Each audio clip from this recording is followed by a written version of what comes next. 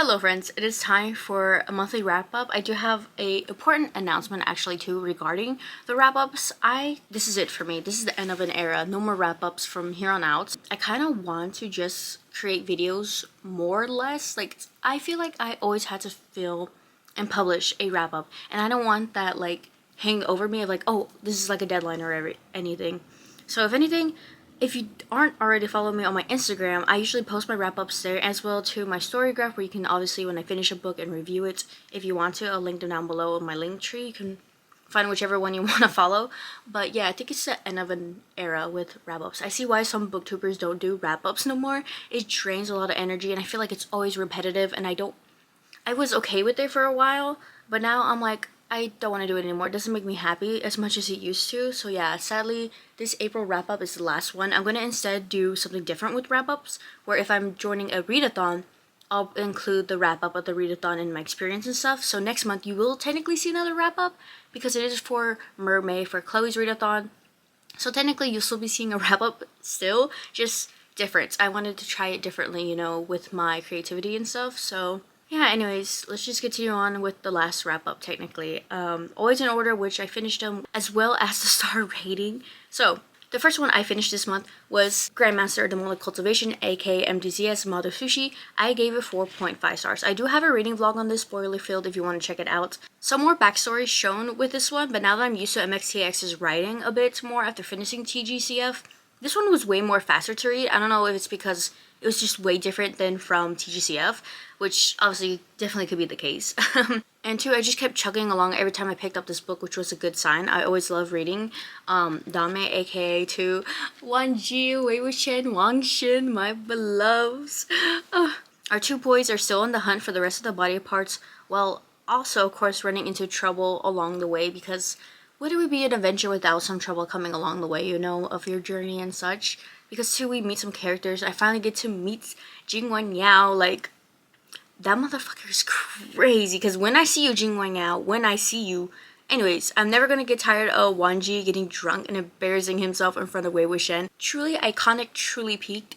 Love that man with all of my heart. And as well too with the Jingwen Yao when we were introduced with him. The backstory with that too. I was like, there's like two technically backstories. And I'm here for it. Because like, we get to read and learn about the characters even more a bit with their history. And I'm just like... Jingwen Yao, you're crazy. Anyways, I had to change the camera angle. I felt like I was looking down a little bit too much, so hopefully this is a little bit better. But anyways, a lot went down for real at the last pages of this Danmei. As well too, they kind of found the head and they kind of know whose body it is now, so I'm kind of excited to see where this is going to go for volume 3. Especially since too, there's only like 5 books, so I'm kind of nervous to see where this is gonna go with the short amount of time we now are getting into.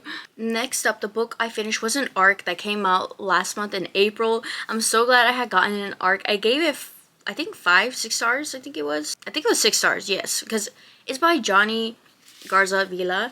They're an amazing author. This is my first time reading anything from them, and I'm definitely going to read more from them. I gotta go back and re-listen / annotate this baby, because I mostly annotated the quotes in the arc, but now that I have a physical copy, I'm going to be annotating this one. I had so many emotions throughout the story of us following Gabriel Pina, his little nickname Pineapple. He's kind of watched over by everyone, his family, his peers within the soccer, and as well too people, fans, because he's getting in the top leagues. He's won like the top 5 in sports and soccer, football. So I had like emotions of like sadness, wanting to fight someone to death and protecting Gabby, like, as well as having hope for him, and then just feeling love between him and the love interest that we meet, that you can see on the cover, named Val. He is bisexual, I will let you know that too. So we have bisexual rep as well too. We have like other representation without this book, because as well we meet cats. I love cats. They're amazing. They use they them pronouns. They're a biggest support for Gabby and Val, and just making like Gabby realize and saying, you know, they're there for Gabby if, you know, he discovers something new within himself. And I want a story with cat. I love cats. They're amazing. They're so sweet, and there's like no drama with cat. Cat's just there. I love cats. But as well, I felt for Gabby trying to figure out his sexuality when he meets Val, which then later turns out to be a problem thanks to Barrera trying to put down Gabby and like being homophobic. fucking hate him. Anyways, but as well, Gabby thinking of the ways this can go bad, you know, being a person of color and how much popularity he's been getting for his goalkeeping skills within the, you know, league and everything, and everyone just watching him and not wanting to disappoint his pops. Because as well too, it's kind of focused on this father-son relationship than like a mother and son relationship. I kind of wish the mother was kind of included more. That's kind of on my downside a bit, but as well too, I kind of like it nonetheless with like the father and him, you know, expecting him to be dating a woman, you know, getting married and having kids and stuff. So yeah, I kind of put him on a pedestal. But as well too, not to forget the smut in here. I haven't read like a romance like this, like with the smut that's written in here. I don't know why, like a lot of romances I read usually are like fade to black scenes, and I'm like, what about the people that want to know, like if they're discovering themselves and are male and want to know the physics and stuff and like the intimacy and everything? And this one delivered it. I recommend. I highly recommend. Also 18 plus older, of course, because ooh, that was definitely smutty. Anyways, so it probably could be less smutty for you because I never read like a smut romance like that between two male characters, in my opinion. Usually just like I said, fade to black. Like there's nothing there. Like of course it gets spicy, but like nothing else. But this one, Johnny takes it through, y'all. This is like a new adult book too, I believe. So it makes sense, and I'm here for it because they're set in college as well, if you don't know. Oh yeah, but Kat as well is like non-binary. We love a bestie. But as well too, I love how they supported Gabby and Val, and as well too, I felt so bad for Val with some of the validations and stuff they had to go through in their journey with Gabby.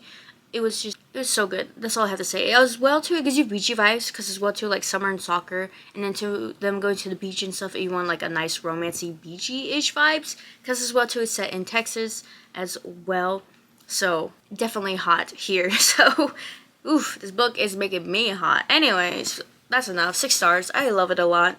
Definitely gonna be reading more books from Johnny, I will say. They're amazing. Next up, I listened to this audiobook called Collide. It's part of a series. It's a hockey romance. I gave it 2 stars.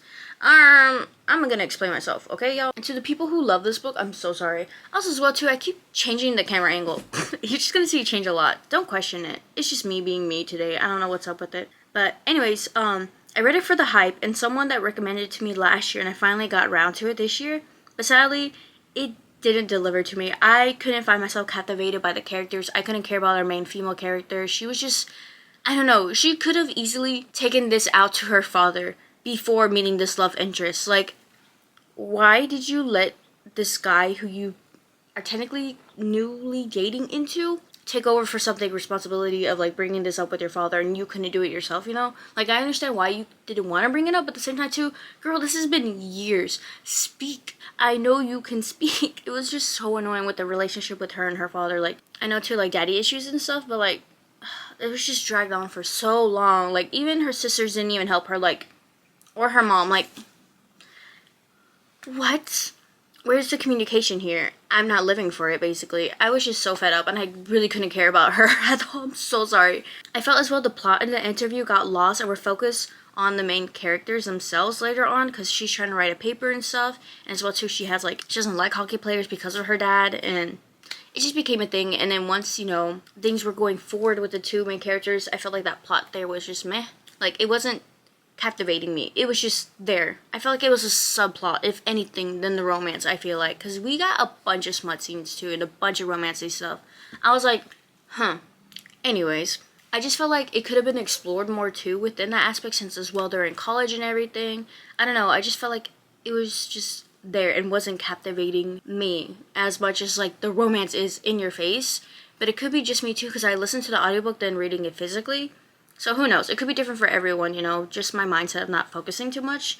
But yeah, I really felt like she should have dealt with her father sooner than like just running away and everything, like, bestie. Anyways, 2 stars for that one. Next up, I listened to this on audiobook. I do have physical copy when I bought it a few years ago, called Fat Chance Charlie Vega. I love this cover, that's why I bought it back then. And guess what? I love the story as well, and I gave it 5 freaking stars. Highly recommend, even of any age genre, just because this felt so real to me. Like, Charlie felt real.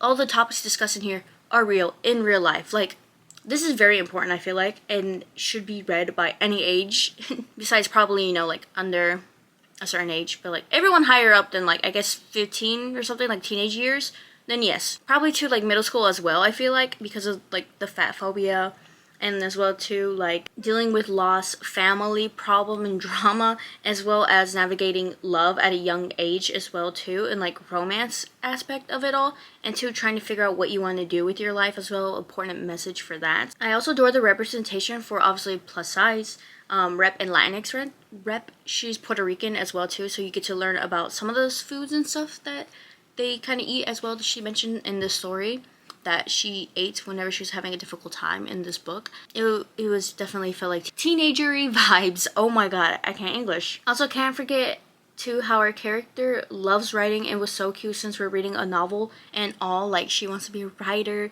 and she's writing romance, and we're here following her journey as well too, navigating with romance on the side, and like, and too, trying to love yourself too. I feel like that's an important topic as well. Like, she definitely had low self-esteem and confidence because of her best friend and everyone wanting to be her friend to get to her friend, which I felt. Anyways, I just felt so moved by this book. So good. I wish I can go back and reread it for the first time. Like I said though too, it does give off like teenagery vibes because we're following Charlie, but as well too, it was just so good. The messages, like, they really are good. Like, I really recommend it.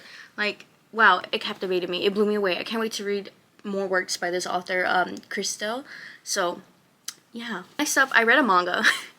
I was like, I kind of in a slump after coming back from my vacation. I need like some more fast-paced books. So I listened to well, technically I read this manga, Yakuza Lover Volume 2, definitely spicy, a higher age, of course. I gave it 3.5 stars because as well too, this Yuri development, can we get more of it, please? And as well too, I kind of want to see how her life, because she mentioned it in here, of like how that would look like now with him in the picture, and as well too, like just more with her family, I feel like is what I kind of want to see next, of how this will be, intertwined in the story, like, because of course she's a college student, but as well too, I just want to see how her friends and stuff would react to her new man, because as well too, now it's getting real. It's getting real. And of course too, they have a bunch of lovemaking. Anyways, that's why it's like a spicy and older of age. But yeah, I just want more development. I can see the potential there. I just want more of it. Of course too, this is only like volume 2, so it's going really fast, which I don't mind, but like,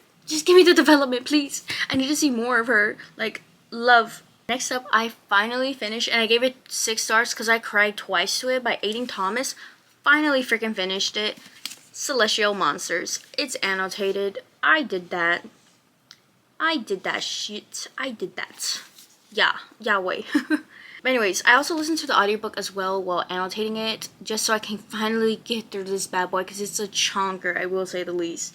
Aiden, you done it again. I have indeed cried to this one. I got so emotional at the end too, if you know, you know. I adored how we continue right where we left off, with the stakes being high to bring back the sun and save the world / other companions that were within the game of the first volume. We follow the journey between Nia, Theo, and Ariello to go and save the world while visiting the other areas that have been affected by the sun being gone and the monsters coming out from, the tales and stuff within the story. I enjoyed the most whenever we meet the humans and see the way they live their lives without the gods and everything, which was such a peak moment and deserves a shout out, which, spoiler alert, I'll put a timestamp to skip. Theo mentions, and yet we lose the gods, and I cried right there, like, gosh, you're losing your whole family? And as well too, like, Xiao discovered to use they, them pronouns and once again became friends with everyone and woke up to see what was happening around, all this stuff, and realizing, like, oh, I effed up, I apologize, and is trying to fix it, When they lost their father too, I sobbed.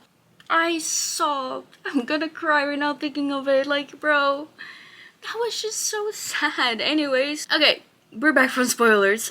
It got too deep. If you know, you know. But anyways, I adored the ending and aspect Aiden went with. It was bittersweet even towards the end. I just love the atmosphere Aiden and the world they world build. It was just so good. And as well too, like, with the little side of romance sparkled into this was so cute. As well too, Nia's my favorite character. I love Nia. Like, I love her character so much. And as well too, Xiao, because I just want to give Xiao a warm hug and blanket there. I'm so sorry, Xiao. But yeah, anyways, that's kind of it of this review from Aiden Thomas. Again, adored. I highly recommend reading anything by Aiden Thomas. Aiden Thomas is so good, and definitely no wonder why they blew up, and they deserve the hype, I say, at least. Next up, I actually listened to this on audiobook called Sunny Disposition. I gave it 3.5 stars. I haven't read amnesia romance before like this. I feel like I could be wrong. Maybe I have, maybe I haven't. But I feel like for the record of remembering, I don't think I've read like amnesia romance. So it was different to me. There was Grumpy Sunshine along with online identities, I guess you can say as well too, like the online aspect of it. If you know that trope, you know what I mean. The smut was divine. I love how the male main character treated our female main character a bit throughout the story whenever they find out their identities and start getting the romance aspect on. He treated her like a queen basically, and I love that. And too, as well too, it kind of threw me off of how grumpy he was in the beginning towards her. So I was like, how can this work? But now I see it in a way. I don't know, I just wasn't too captivated by it. But once, like, you know, they're together and stuff, I was like, okay, this is kind of good to me. I do admit, I don't think it'll stick with me, but it was definitely a fast listen. And also no third act breakup. Thank you. But instead of that, we have drama between the teammates because of him losing his memories and amnesia and the old him, and they all want the old him. But besties, it's not coming back. Like, maybe one day it will. You just need to move on, accept this new person that's in front of you. He's still him. He's a person. Like, get to know the new him, basically. Like, I know it's tough, but like at the same time too, like, it was just so emo with that aspect too of that. I was like, anyways though, next up I read finally another manga, Cheeky Brat Volume 3. I gave this one 3 stars sadly, because Yuki, figure out how you feel soon, sister. Like, I feel so bad for our male main character, but at the same time too, like, we're only on volume 3, so it makes sense. But as well too, I want her to discover and have like her own aspect of going through this journey of figuring out what she wants in the next volume. At least, like, please let there be an understandable reason of like all this, please.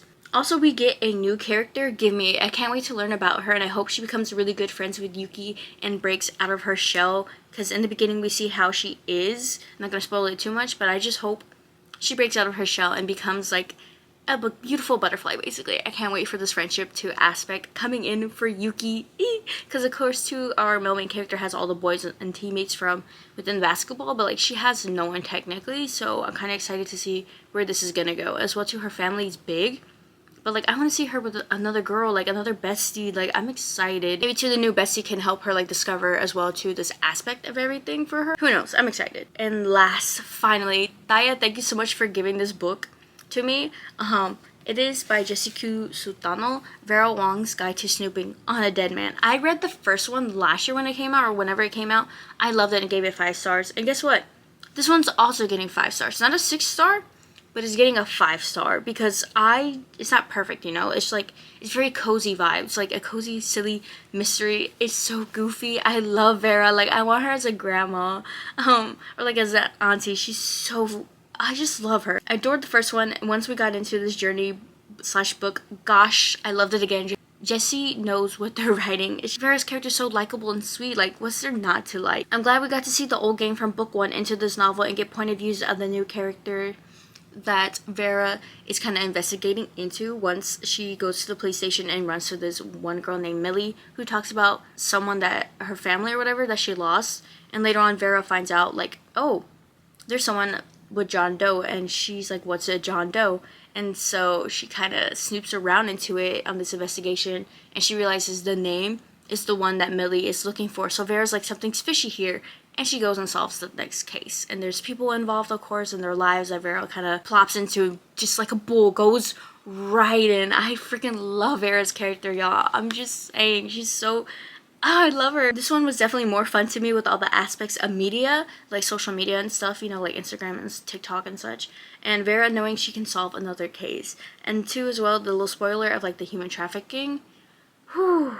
That part made me tear up. Like, I was just heartbroken for our character Millie. But anyways, yeah, I can't wait to see the next book as well, because I'm hoping it's set where it's gonna be set. I'm not gonna spoil that, at least, because you need to read the series. I love it so much. Read it in order, of course, because of the point of views and like the characters from the first book. And two, she mentions about that murder too that she solved with her tea shop and everything. And as well too, Vera kind of gets a bestie too in here, and I'm like, I love it. I love their little found family trope in here. I really love this series and love this book. Thank Jessie Q Sutano for these books because they give me life. They really do. I love this aspect. I know a lot of people don't like it. I freaking love Vera's character. I love the series so much. It's just so cozy and like you know, a perfect book to sit down and like turn off your brain. Like there's not much to like, you know, information getting thrown at you. Like you're just following the story, and I love that. I can't wait for it to be adapted to as well, I believe it was. So yeah, anyways, so that's it as well for my wrap up. My last technically wrap up style into the new one. I hope you all don't mind it, and as well to respect my decisions. And if not, well, sorry, it's my channel and I'm doing what I'm gonna do. So today we are going to talk about actually all the books I got this month in April. Probably when this video gets to you, it'll be May. This is the book haul portion of the video because I'm sure I did my TBR portion before this book haul. So yes, hi Pokés, hello princesses. Correction, wall princesses.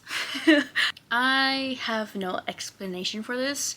I told myself I was gonna buy a lot of books and stuff because of my trip to Seattle. There's a bunch of stuff I got actually from Seattle. I spent a lot of money this month in April, so I'm going to try to tone it down a bit after next month because I know next month I'm going to see Stray Kids and I'm going back to Seattle. I'm going to try to limit myself. Future stuff, we're limiting ourselves. Probably when this video gets out, the deed's been done, but anyways, yeah, let's just talk about all the books I got. Basically, I decided to put my hair down. I was like, this looks weird. I need my hair down. It doesn't feel comfortable. The first book I got this month in April was for a book event for this author's debut, I believe. Patrice Caldwell. Me and Zaylee went and we met the author. I'll probably insert some photos if I do. If not, it's fine. But I got Where Shadows Meet. It has like sapphic in here. It's fantasy. And as well too, it's heartbreaking from what I've heard from friends and stuff that I've seen around. But yeah, it's signed by the author, which I always love. She was so sweet, so funny. Her and Allie were an amazing duo. Anytime Allie moderates for any event, it's always going to be so funny, and there's always going to be mention of HEB.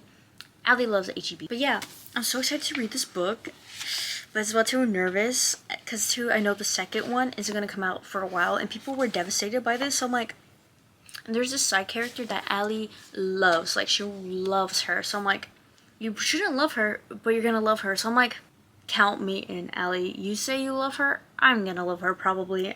And two, it's like a little toxic romance happening too. I think this cover is just so pretty. I love the colors too. I never see like this color on a book before, really. I mainly see like a lot of pinks, pastels, dark blue, blacks, white covers. Like nothing really like this color. I'm looking at my shelves that I have at least. I see a bunch of like the common like colors I see in romances and fantasies, so this is very interesting. I can't wait to eventually read it one day. Not anytime soon, as always. Next up, this was a purchase, unnecessary purchase, but I got it anyways because it was like a limited run edition, I guess technically, of the first volume of Legend of Exorcism. It's a special edition because it's got stuff in the back. I guess I can open it because it wouldn't be a haul without me opening things, will it? But yeah, I was like, I don't need this.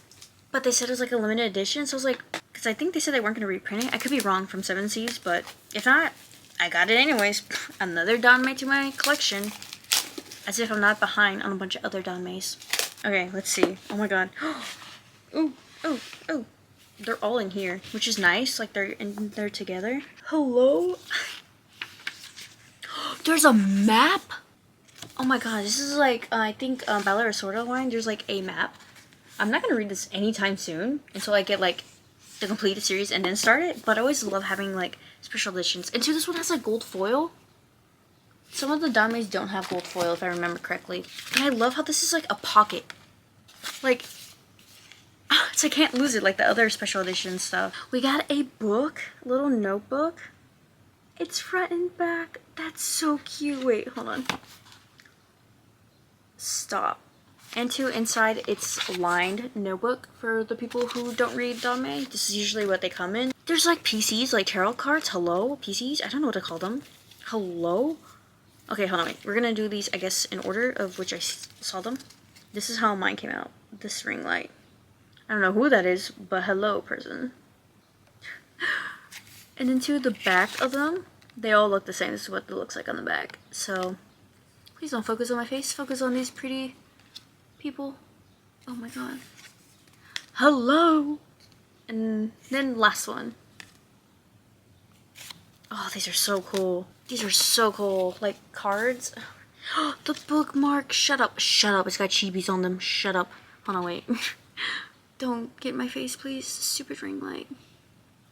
I love the watercolor. And then look at the freaking back of chibis. Oh, my finger's covering one of them. Chibis. I love it. It's so cute. Stickers. Why is there like a fish, like a koi fish? Is this kind of like, like the fish down there? This is so funny. They're so cute. What the heck? I don't know none of these characters yet. I'm gonna probably fall in love with y'all. Love that for me. Anyways, next up, me and Zaylee went to the book festival for San Antonio.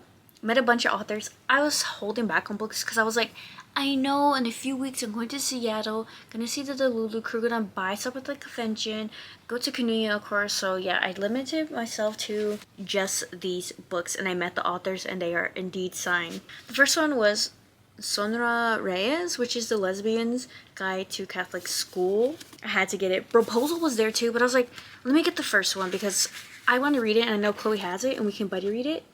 But yeah, it's signed and personalized. I even got a photo with the author. So, don't know when I'm going to read this, but Chloe, now we can buddy read it. Next up, I also saw to Ida Easton, and as well to Gabriela Gamez. I had actually there was a second book after this one that I got, and it was already signed, but I did get it personalized with my name, but I had to get the first one to the series. I think it was like the Love Simulation, I believe is what it's called. So yeah, I got the Kiss Countdown, which is the first one in this series. And of course too, came with artwork. I love. It's personalized. But with Gabriella, I got it personalized as well too. I got a cool bookmark thing. Don't really know, but yeah. And then the second book installment series of her, I don't know English. And then of course, y'all know I had to. This is the main reason why I came, because I read the arc already for Futbolista, because I know I wouldn't be able to see Johnny here in Austin. So I at least went to San Antonio and got this early of this copy. Oh my god. And it came with sticker sheets. Wait, hold on. The sticker sheets are to die for. I really love this book. I gave it 5 stars. It was such a good arc. I'm so glad I got it. And now I have, obviously, a book I need to go back and reread / annotate it. But yeah, it's signed. So good. It's my first book from Johnny. And of course, too, I love soccer. There's like Latinx rep. I did wish, too, there was a little bit more with the mom a bit. But nonetheless, I still like it. And too, bisexual rep was really good. Next up, too, me and Zaylee that day after the book festival, we still had time before it closed. We went to go visit the Nowhere bookshop that was hosting, basically, a sponsor of this book festival for San Antonio. And so I went to go get a book because I had a coupon. I got S.T. Gibson, Education in Malice. I believe it's like queer. I think it's like, I don't know if it's bisexual or lesbians or like what it is, but I know it's queer. I can't wait to read it. It has vampires too. I love the cover. It's so stunning. I don't know when I'm going to read it, and this is one of their first works. Before I read Dowry of Blood, I want to read this one first to see the writing style, if it's changed or anything, so I'm really excited. The cover just gives me fall vibes. I can't wait. Next up, oh my god, this is all from freaking Seattle. At the convention for SakuraCon, you can see right here, I got the Japanese of the Green Yuri, so I can get the stand and bracelet. Yay! I had to. I mean, come on. Green Yuri. I had to. God, I'm so excited to read it. Of course, this is Japanese, so I can't read this volume. Mainly got it for this. It's fine. I can display it. And two, the best thing about underneath this... Hold on, let me see if I can do it without taking off everything. There we go. Look at the naked paperback of the Japanese version. Like, what the heck? That's so cool. Like, I was telling Chloe about it because I found out by accident. I was like, Chloe, look at underneath the paperback of the Japanese edition, because I did it by accident while filming my, what was it? SakuraCon vlog. Speaking of which, you'll probably see some of these stuff in that video, so. But I'm so excited with the stand, the acrylic stand. It was worth the money I paid. Alrighty, next up to, that was at one of the booths, the Canoeia booth at the SakuraCon with the dealers then, the area where the voice actors and stuff was at, so it wasn't towards the building where the artist alley is, but That's where I got that. Next up though, a few days later, me and Chloe went to Elliott Bay's book company, which is an independent bookstore there in Seattle, and I got this book for $9.99. I also got a tote bag and a sticker. Tote bag I don't have with me, it's with Kinsey. You'll probably see it in my Seattle future vlog of me seeing Kinsey again, seeing Stray Kids for the first time. And yeah, anyways, you'll see me probably going back again to that bookstore, but I Want to Die But I Still Want to Eat Taboki. I had to get it. It was $9.99. I saw Thaya posted a review about it, and I was like, for $9.99 for this hardback, for it originally being $26.99, a steal. This was the only book I got at Elliott Bay because, like I mentioned, I got the tote bag and I got a sticker, which is in my Traveler's Notebook journal. I don't know when I'm gonna read this, but like, I'm kind of excited to read it because I love Thaya's review, so I'm so excited to eventually get this. Sorry about the angle change. My battery decided to die. What would it be without me having a near-dead battery towards a middle of a video? Next up. Later on too, that same day after the Elliott Bay, we went to Kanuya finally, and let's just say I made this many purchases for myself of like manga wise, of like books, anything wise. But the reason why is because I never seen these volumes at my Kanuya, and later on you'll see something mentioned, but I had to get these. I was like, we never have it. It was a perfect excuse, so I went ahead, got Noragami 11, 12, and 13. This is 11. Show you the individual covers itself. They're so pretty. Here's 12. This one's my favorite out of the three. And then here's 13. I'm so excited to continue Noragami now that I have a bunch of them. I can binge whenever I want to. I always love getting them and rereading them to then continue on with my binge. I'm living my life. I'm living my best life. And next up, you know I had to. I'm collecting this series for a while now, and of course too, like, I love this character. I love the character growth. I love Hawks. Anyways, yeah, Yona the Dawn 11, 12, and 13 as well, which is kind of funny. I realized, I was like, wait, I basically have the same amount of Yona and freaking Noragami somehow. Love that for myself. So yeah, here is volume 11, which is my favorite of Yona and Hawks, and that's Sky. So pretty. And then here we have volume 12 with Yona herself. And then here we have volume 13. I'm excited to see the journey because, of course, too, we were robbed of not having more of the anime. The manga, I think, too, is almost done.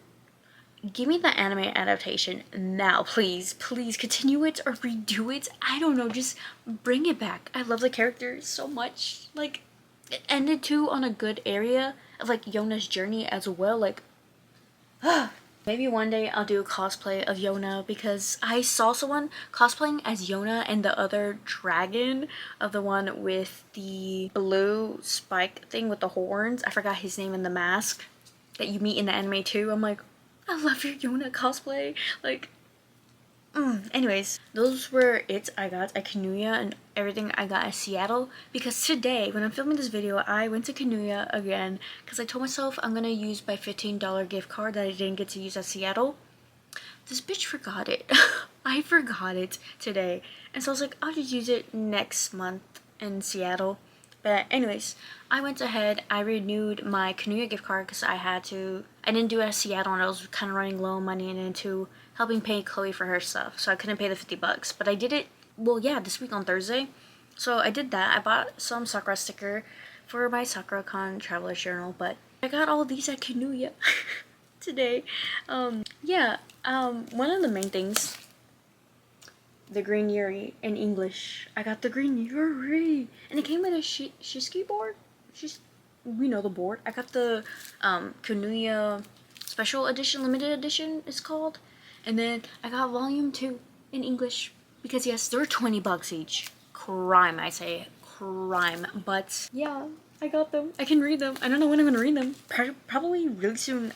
Chloe was telling me, like, during her stream, like, some things. I'm not gonna spoil it, but I'm scared now. I'm like, when is volume 3 then? Because if I start this, I'm gonna be like in distress with her, and I don't know if I want to be in distress right now before my travel to Seattle. Don't know. We'll see. But I have it in my hands. And then too, remember how I mentioned how my Kanuya never has the volumes I need? Guess what? When I went today, they had the volumes of Yona. I was so mad. I was like, Norway. And so anyways, I went ahead and got to volume 14. I was like, okay, I'm only gonna adjust myself to getting 14 at least, because they had 15, 16, and 17, and I was like, I can't spend this money. I can only get one. So I told myself one at least for Yona, because this is such a long series too. I know that, but I'm dedicated for Yona. I just love it so much, and I love the art style and the covers and the boys. Hey, look, this is the character I was talking about. Off topic, but that was the other person I saw cosplaying with Yona at SakuraCon. So, but yeah, and then 2 has my favorite flowers in the background. But anyways, and then 2, guess what? They didn't have it in Seattle, at least, because they only had like volume 1, 2, 3, and 4. So I just justified myself to as well Kami Sama Kids volume 11 that I needed. Because look, I have volume 9, 10, I didn't have 11, and then I had 12. So I was like, they finally have volume 11. I snatched it the fuck up since Seattle didn't have it, so let's go. I'm so excited to continue reading Kami Sama because there was someone too cosplaying as Yuki, I think was the person's name with the snake, and then 2 Tomo, and there were a couple. Me and Chloe were geeking out. I was like, they don't have an anime, what the heck? And then 2, someone was cosplaying too as Noragami as well, like as a group, and me and Chloe were freaking out at like Aruba. We were like, we love the Noragami cosplay. It was crazy. I'm so sad I didn't get a photo with them. I should have asked them, but we never saw them at the con, so it's like, whatever. Anyways, last but not least too, since it was independent bookstore day, I went ahead and went to Book People that we have here in Austin, and I justified myself to this purchase for independent bookstore day. Haikyuu, the omnibus version of 1, 2, and 3, I believe. Yeah, 1, 2, and 3. I've been getting into Haikyuu thanks to Chloe, and I love it so much. My new hyperfixation, go figure. And 2, I heard the manga is way different from the anime, vice versa.